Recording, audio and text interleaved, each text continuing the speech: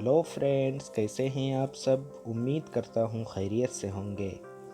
दोस्तों, आज हम इस खूबसूरत फूल वाले पौधे रजनीगंधा के बारे में बात करेंगे। इसको ट्यूब रोज़ कहते हैं। इसके छोटे छोटे नीचे बल्ब होते हैं, इसी वजह से इसको ट्यूब रोज़ कहते हैं। और ये खूबसूरत और बहुत ही बेहतरीन खुशबू वाला पौधा है। दोस्तों, ये एक परमानेंट प्लांट है। अगर एक मर्तबा आपने ऐड कर लिया अपने गार्डन में तो ये कभी ख़त्म नहीं होता।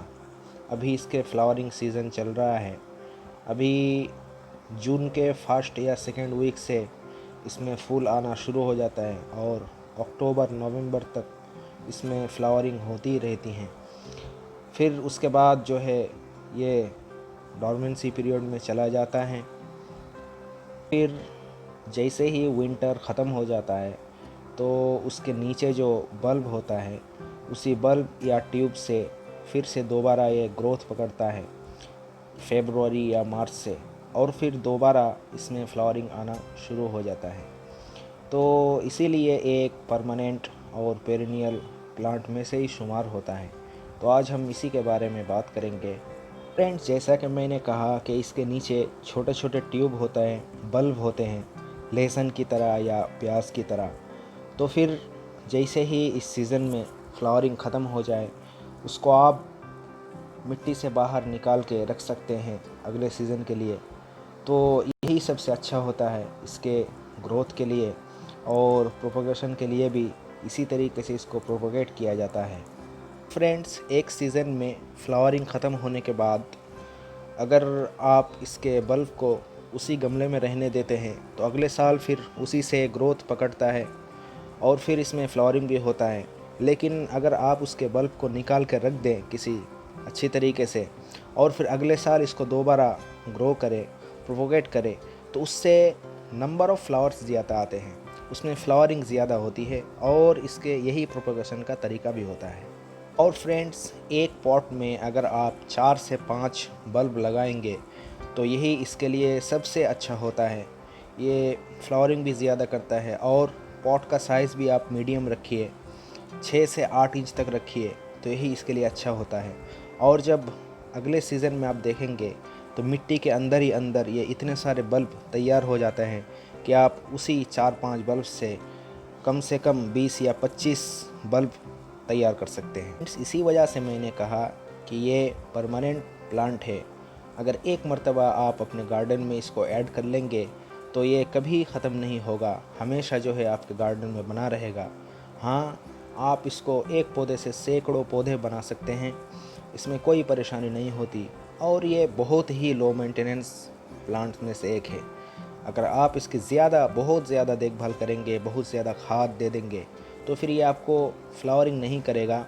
इसके जो ग्रास टाइप या घास टाइप के जो पत्तियाँ होती है वही आपको ज़्यादा दिखेंगी। तो ज़्यादा से ज़्यादा फ्लावरिंग पाने के लिए जो टिप्स है आज वही मैं आपसे शेयर करूँगा। तो फ्रेंड्स, सबसे पहले हम इसके प्रोपगेशन की बात करते हैं कि इसके जो बल्ब होते हैं ये आप फेब्रुअरी के फर्स्ट या सेकेंड वीक में प्रोपोगेट कर सकते हैं। अगर आपके पास ना हो तो किसी के पास अगर हो तो आप उसको बोल दीजिए, बहुत आसानी के साथ दे देते हैं। क्योंकि ये एक ही बल्ब से हज़ारों सैकड़ों बल्ब्स इसमें तैयार होते हैं। जिनके पास होते हैं उनके पास तो वैसे ही रखने के लिए इतनी जगह नहीं होती। हाँ, अगर गार्डन में हो तो फिर ये तो बहुत ही अच्छा होता है। तो आप मांग लेंगे तो दे देंगे। अगर आप इसको पॉट में लगा सकते हैं तो किस तरीके की मिट्टी चाहिए ये आपको जानना ज़रूरी है। दोस्तों, दूसरे प्लांट की तरह इस प्लांट को भी वेल ड्रेन्ड सॉइल चाहिए। यानी जिस सॉइल में आप ग्रो करेंगे इसको वो बहुत ही वेल ड्रेन होना चाहिए। उसमें पानी बिल्कुल ही नहीं रुकना चाहिए, वरना ये बल्ब जो है अंदर से ख़राब हो जाता है ज़्यादा पानी की वजह से। तो आप इसकी मिट्टी को बिल्कुल वेल ड्रेन तैयार कीजिए। आप इसके मीडिया में एक हिस्सा नॉर्मल जो गार्डन सॉइल होता है वो ले लीजिए और एक हिस्सा आप इसमें कोई भी खाद हो वो ले लीजिए। सबसे अच्छा होता है इसमें पत्तियों का जो खाद होता है जो हम अपने घरों में ही तैयार करते हैं, वो खाद इसके लिए अच्छा होता है। और एक हिस्सा आप इसमें सैंड दे दीजिए, जो कंस्ट्रक्शन में तैयार होने वाला सैंड होता है वो आप एक हिस्सा इसमें दे दीजिए। जब आप इसकी मिट्टी तैयार करें तो एक मुट्ठी के करीब आप इसमें नीम केक भी यानी नीम खली भी ऐड कर दीजिए, ताकि मिट्टी के अंदर जो कीड़े मकोड़े लग जाते हैं या कोई भी फंगल वगैरह इन्फेक्शन हो जाता है तो वो नीम केक आपके फर्टिलाइज़र का भी काम आएगा और मिट्टी को पोरस भी बनाएगा, और इसी तरह दूसरे तरीके की जो बीमारी होती है वो सारी बीमारी से आपके पौधे को बचाए रखेगा। फ्रेंड्स, इसको प्रोपोगेट करने के बाद लगभग 1 हफ्ता या 1.5 हफ्ते के बाद आप देखेंगे कि इसमें से स्प्राउट होना शुरू हो जाएगा। तो फ्रेंड्स, उस वक्त जो है आप इसमें कोई भी खाद मत दीजिए, कम से कम 1 महीने तक इसमें कुछ भी खाद की ज़रूरत नहीं। महीने के बाद जब आप देखेंगे कि 8-10 इंच तक बड़ा हो गया तो फिर आप उसमें पहली मर्तबा खाद या फर्टिलाइज़ कर सकते हैं। आप उसमें जिसमें नाइट्रोजन ज़्यादा हो उस तरीके का कोई खाद उस वक्त आप यूज़ कर सकते हैं, क्योंकि हमें तो इस वक्त प्लांट को बड़ा करना है, इसको ग्रोथ अच्छी करनी है अच्छे से फ्लावरिंग के लिए, तो नाइट्रोजन खाद आप इसमें ऐड कर सकते हैं। उनके तौर पर फ्रेंड्स, आप इसमें गोबर की खाद यूज़ कर सकते हैं। मैं तो सजेशन यही करूँगा कि आप इसमें गोबर की खाद को लिक्विड बनाकर आप इसमें ऐड कर सकते हैं। और अगर आप केमिकल कोई फर्टिलाइज़र देना चाहते हैं तो NPK जो होता है उसमें जो इक्वल रेशियो का जो आता है, जैसे 19-19-19 या इसी तरह NPK 20-20-20, आप इस तरीके का कोई इक्वल रेशियो का NPK आप इसमें यूज़ कर सकते हैं। उसके बाद फ्रेंड्स, जब ये मैच्योर हो जाए और बहुत अच्छी तरह ग्रोथ हो जाए तो उस वक्त आप इसमें दूसरे खाद भी ऐड कर सकते हैं। फास्फोरस इसमें आप दे सकते हैं ताकि इसके जो बल्ब और जड़ें मज़बूत हो जाए और प्लांट भी फूल देने के लिए बिल्कुल तैयार हो जाए।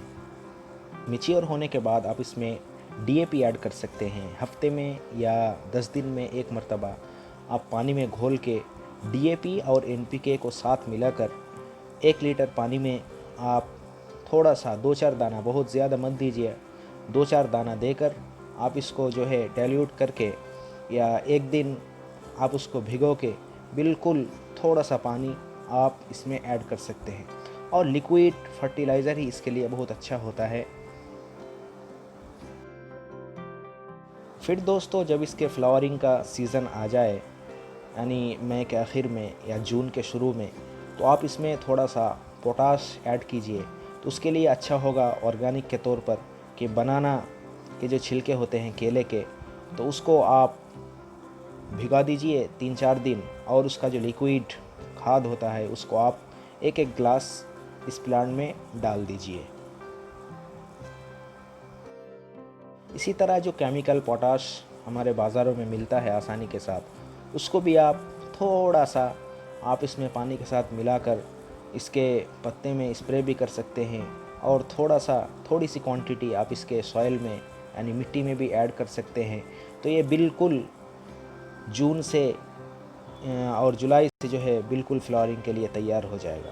अब फ्रेंड्स, इसमें फ्लावरिंग शुरू हो जाए तो आप हफ्ते में एक मरतबा बनाना पील, इसी तरह NPK जो 10-26-26 होता है, इसी तरह इक्वल रेशियो में भी जो आता है आप उसको भी ऐड कर सकते हैं।